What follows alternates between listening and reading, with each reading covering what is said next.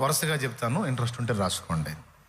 యేసు శరీర రక్తం అనగా ప్రభు బల్లలో మనం చేయవేసే రొట్టె ద్రాక్షరసము మారు రూపులో ఉన్న యేసు శరీరమే, యేసు రక్తమే.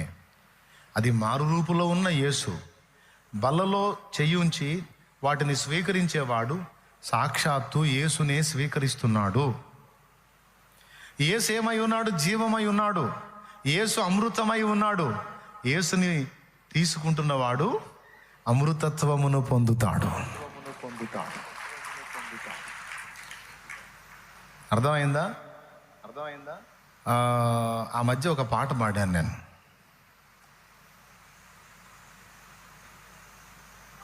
ఆలోచించరదేలా, మీరు ఆలోచించరదేలా అనే పాటలో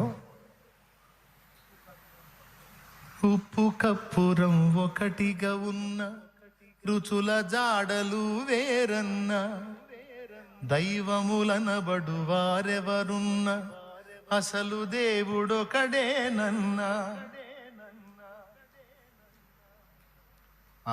ఈ చరణంలో రెండో చరణంలో పాడాను. ఇప్పుడు దరువు వాయిస్తారు, నేను పాడతాను.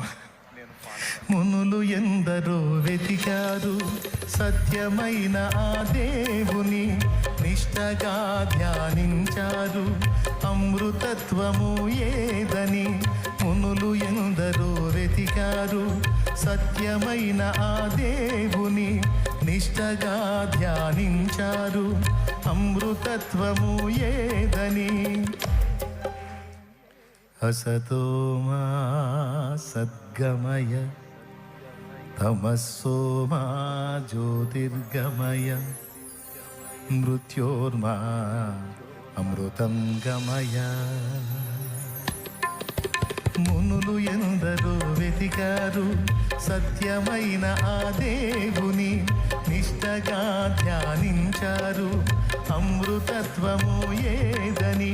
మునులు వెతికినా సత్యము యేసే, అమృతత్వము తెచ్చి